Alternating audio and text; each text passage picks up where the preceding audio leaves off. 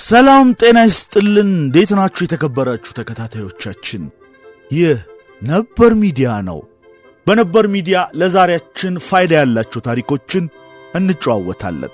አብራችሁ እንድትቆዩ ነው በአክብሮት የምንጋብዘው። ለቻናላችን አዲስ የሆናችሁ ቤተሰብ እንድትሆኑና ቻናላችንን ላይክ፣ ሼር፣ ሰብስክራይብ እንድታደርጉ በአክብሮት እንጠይቃለን። መልካም ጊዜ። ብላቴን ጌታሪ ወልደ ስላሴ ለልጅ ምክር ለአባት መታሰቢያ የተባለች መጽሐፍ አለቻቸው። ለልጃቸው በተለያዩ የሕይወት ጉዳዮች ላይ ምክር የሰጡበት መጽሐፋቸው ነው። እነዚህ ለልጃቸው የተሰጡ ምክሮች አሁን ዘንድሮ ላይ ላለው ወጣትም በጣም የሚጠቅሙ ናቸው። ለልጅ ምክር ለአባት መታሰቢያ በተባለ መጽሐፋቸው ልጃቸውን እንዲህ ይመክሩታል።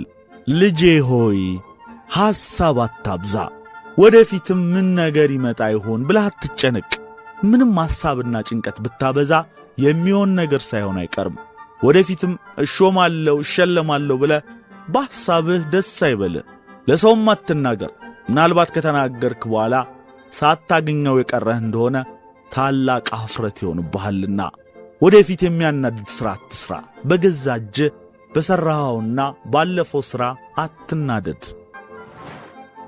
ልጄ ሆይ ለጌታ ገንዘብ አታበድር። ክፈለኝ ባልከው ጊዜ አንተ የምትጠፋበትን ምክንያት ይፈልጋልና።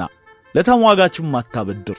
ክፈለኝ ባልከው ጊዜ ነገር ፈልጎ ወደ ዳኛ ይወስድሃልና። ልጄ ሆይ ነውርህን ለብቻህ የሚነግር ሰውን አትጥለው። አንተም በወዳጅህ ላይ ነውር የሚሆን ነገር ያየህበት እንደሆነ ለብቻው አድርገህ ንገረው፣ ለሌላ ሰው ግን አትንገርበት። ልጄ ሆይ እግዚአብሔርን ከማይፈሩ ሰዎች ጋር ባልንጀርነት አታድርግ። በክፉ ምክራቸውም አትደባለቅ። ምንም ብትጨነቅ አገርህ የሚጠፋበትን ምክር አትምከር። ልጄ ሆይ የሚመጣብህን ነገር ሁሉ በትዕግሥት ሆነህ ተቀበለው። በመጨረሻው ግን ሁሉ አላፊ ነውና ጠላቶች ሁሉ ያልፋሉ። ወይም አንተ አስቀድመህ ታልፍና ከዚህ ዓለም መከራና ጭንቀት ታርፋለህ። ልጄ ሆይ ካረጀህ በኋላ እንደገና ተመልሼ ልጅ በሆንሁ ብለህ አትመኝ። ምንም ቢሆን አታገኘውምና። ወደፊትም ምን ነው በሞቱ ብለህ አትመኝ። ምንም ቢሆን አይቀርልህምና። ልጄ ሆይ ለእኔ ለአባትህ እንደ መሰለኝ ከመጻሕፍት ሁሉ ወንጌል ትበልጣለች። ይህንም ማለቴ አንተ በወንጌል ተምረህ ክርስቲያን ሆነህ እንድትኖር ብዬ ነው እንጂ የኔ ሃይማኖት ይበልጣል፣ የኔ መጽሐፍ ወንጌል ትበልጣለች እያለ ክርክርን ከሚወዱ ሰዎች ጋር እንድትከራከር ብዬ አይደለም። ልጄ ሆይ ሰልፍ ለኃይለኞች፣ ሩጫም ለፈጣኖች፣ ባለጠግነትም ለሠራተኞች አይደለም። ነገር ግን ሁሉንም ጊዜ ያገጣጥማቸዋል። ስለዚህ ሰውን ከመመልከትና ሰውን ከመጠበቅ ጊዜን መመልከትና ጊዜን መጠበቅ ይሻላል። ልጄ ሆይ በየጊዜው በሰውነት ውስጥ የሚነሳውን ሐሳብ ደግና ክፉ መሆኑን ሳትመረምር ያሰብከውን ሁሉ ለመፈጸም አትቸኩል። ልጄ ሆይ ሲሸመግሉና ሲደክሙ ኀጢአት መሥራትን መተው የሚያጸድቅ አይምሰል። ሰውም ተወልዶ እስኪሞት ድረስ ምንም ቢሆን ከኀጢአት ንጹሕ ሆኖ አይገኝምና በየጊዜው ንስሐ ግባ እንጂ ለንስሐ የሽምግልና ጊዜ ብቻ አትጠብቅ። ልጄ ሆይ ሐዘንና ደስታ ከባሕሪ ጋር በአንድነት ተዋህደው የሚኖሩ ናቸውና በዕድሜህ ሙሉ ሁለቱንም በየተራ ታገኛቸዋለህ። ካልሞትክም በቀር ከሐዘንና ኀጢአት ከመሥራት አትድንም። ልጄ ሆይ እግዚአብሔር ከሁሉም ፀሐይን አውጥቶ ዝናሙን አዝንቦ ሁሉንም እንደ ጠባያቸው ያኖራቸዋልና አንተም የእግዚአብሔር ልጅ እንድትባል ሁሉንም እንደ ጠባዩ ውደደው እንጂ አትጥላው። ልጄ ሆይ ትፈልግ እንደሆነ ጌትነት ማለት ያለ ሐሳብና ያለ ጭንቀት መኖር ነው። መቅሰፍት ይመጣብኛልም ብለህ አትጨነቅ። ትልቅ መቅሰፍት ማለት ሐሳብ ማብዛት ነው። ልጄ ሆይ አንተ አስቀድመ በሰው ላይ አትነሳ። ሰው ባንተ ላይ ቢነሳብህ ግን እንዳትሸነፍ ጠንክረህ መክት፣ እምነትህንም በእግዚአብሔር ላይ አድርግ። ልጄ ሆይ እስቲ ያለፉትን ሰዎች ሁሉ አስባቸው። እነዚያ ሁሉ ጀግኖች ሁሉም መሬት ሆነዋል። እነዚያ ሁሉ ዓለመኞች፣ እነዚያ ሁሉ ቀልደኞችና ፌዘኞች፣ እነዚያ ሁሉ ግፈኞች፣ እነዚያ ሁሉ በድሃ ላይ የሚስቁና የሚሳለቁ ሁሉም መሬት ሆነዋል።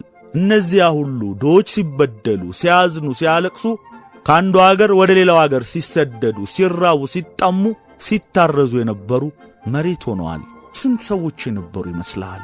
የድሃ እንባ ሲፈስ የወንዝ ውሃ የሚፈስ የሚመስላቸው ስንት ሰዎች ነበሩ?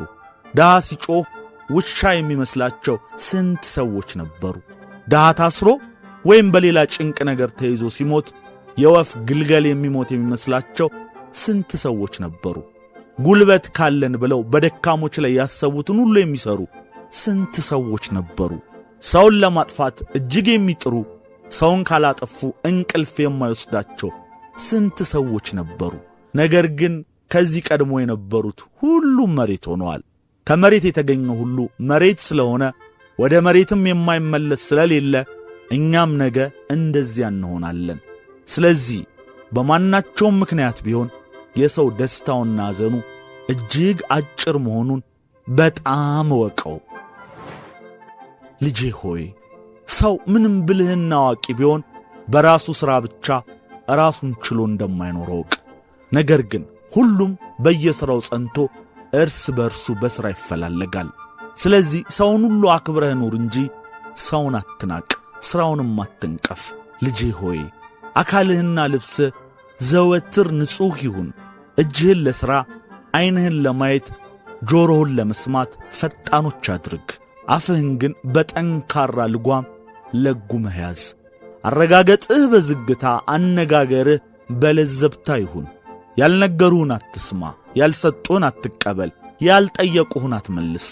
ሽቅርቅር አትሁን፣ ንብረትህ ተጠቅላላ ይሁን። ምግብና መጠጥህ በልክ ሆኖ ያው የጠዳና የጣፈጠ ይሁን እያለ ይሄ ጥበብ የታጨቀበት የአባት ምክር ለልጅ ለልጅ ምክር ለአባት መታሰቢያ በተባለ በብላቴን ጌታ ህሩይ ወልደ ሥላሴ የተጻፈ መጽሐፍ ይቀጥላል። የተከበራችሁ የነበር ሚዲያ ተከታታዮች ለዛሬ በማን ነበር መሰናዷችን መስከረም ጅማሬው ላይ ነንና በመስከረም ያጣነውን የሀገር ባለውለታ አንስተን ታሪኩንና አበርክቶን አቀርበንላችኋል። ብላቴን ጌታ ህሩይ ወልደ ሥላሴን አስመልክተን ያቀረብንላችሁን መሰናዶ እንደወደዳችሁት እምነታችን ነው። ማንኛውም ሐሳብ አስተያየት ካላችሁ ግን ኮሜንት ላይ ልታስቀምጡልን ትችላላችሁ። እስከ መሰናዷችን ፍጻሜ አብራችሁን ስለቆያችሁ ከልብ አድርገን እናመሰግናለን። ቻናላችንን ላይክ፣ ሼር፣ ሰብስክራይብ እንድታደርጉ በአክብሮት እንጠይቃለን።